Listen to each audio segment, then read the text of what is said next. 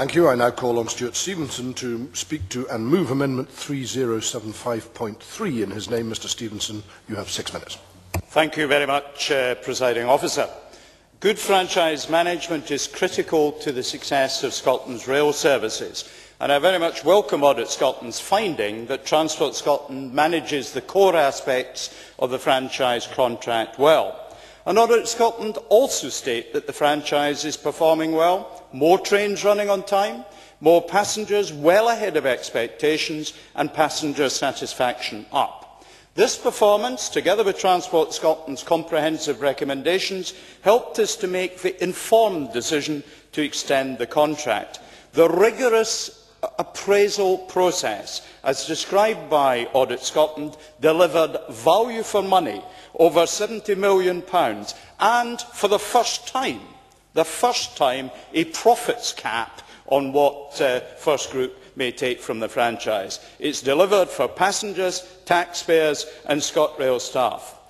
Mr McNulty raised an issue in relation to a bus company and himself said that he doesn't know the details. Please do not, in a debate of this seriousness, raise matters of that kind when you do not know the details, because I do, and he would be very wise to be careful.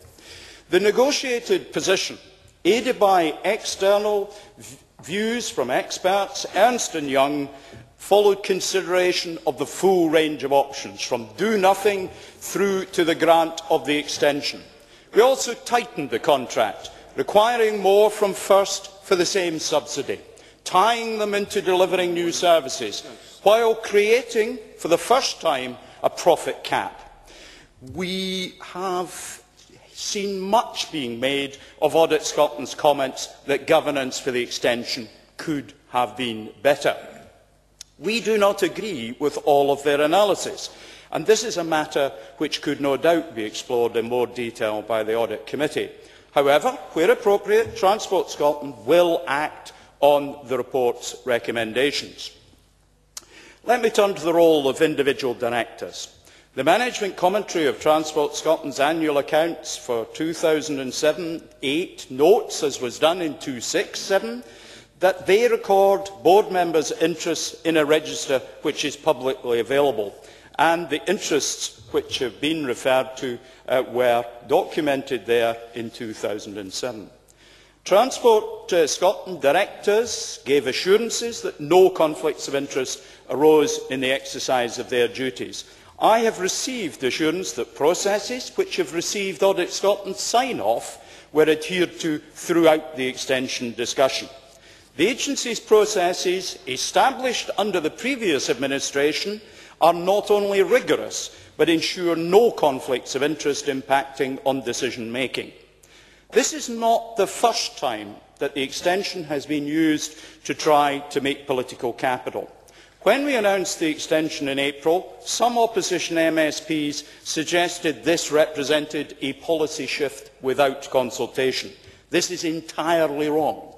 The extension was always contemplated by the original contract, consulted upon and then let in 2004. Yes? Patrick Harvey. I thank the Minister for giving way. He's referring to an issue addressed in part by the Conservative amendment, which refers to the fact that the original contract negotiated by the previous administration did not specify the conditions under which an extension should be considered. Given that other extensions in other parts of the UK have been consulted on, if the original contract didn't specify the conditions, was the Minister the person who made the decision not to consult, or was it some other part of the government? Minister. Ministers, in looking at this option, were of course aware of the provisions that were described in a letter from the then Transport Minister Ian Gray to the Transport and Environment Committee on the 2nd of December 2002, that it would be a 7-year contract with a possible 3-year extension. We exercised the powers and the ability that the contract gave us that Ian Gray put in place when he was the Minister. The executive of the day said it favoured a 15-year franchise, but upheavals in the industry at that time, such as the replacement of rail track with Network Rail, meant this was not advisable. Instead, when an SRA review in 2003 moved to shorter franchises, ministers followed suit, but with the extension there to provide for the necessary flexibility. This move also fitted the assumptions at that time about the implementation of major investment projects. The government of the day effectively put in place a contract which envisaged these services would be in place and around by the 2011 then termination date. The extension we secured delivers what could not be guaranteed in 2004. A contract which will see the major projects and now the Commonwealth Games services delivered reliably, delivered safely. The extension also grants us an opportunity which a refranchise in 2011 would not, to explore the option of moving the next franchise to a not-for-profit model.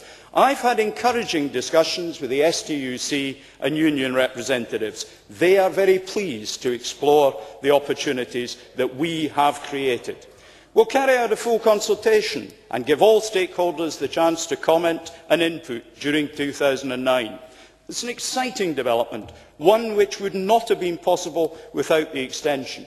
We are committed to delivering real improvements to our rail network in recognition of the important role it plays in supporting sustainable economic growth. It's the right deal at the right time, benefiting passengers, businesses, supporting sustainable economic growth. I welcome the Chamber's support for that commitment and move the amendment in my name.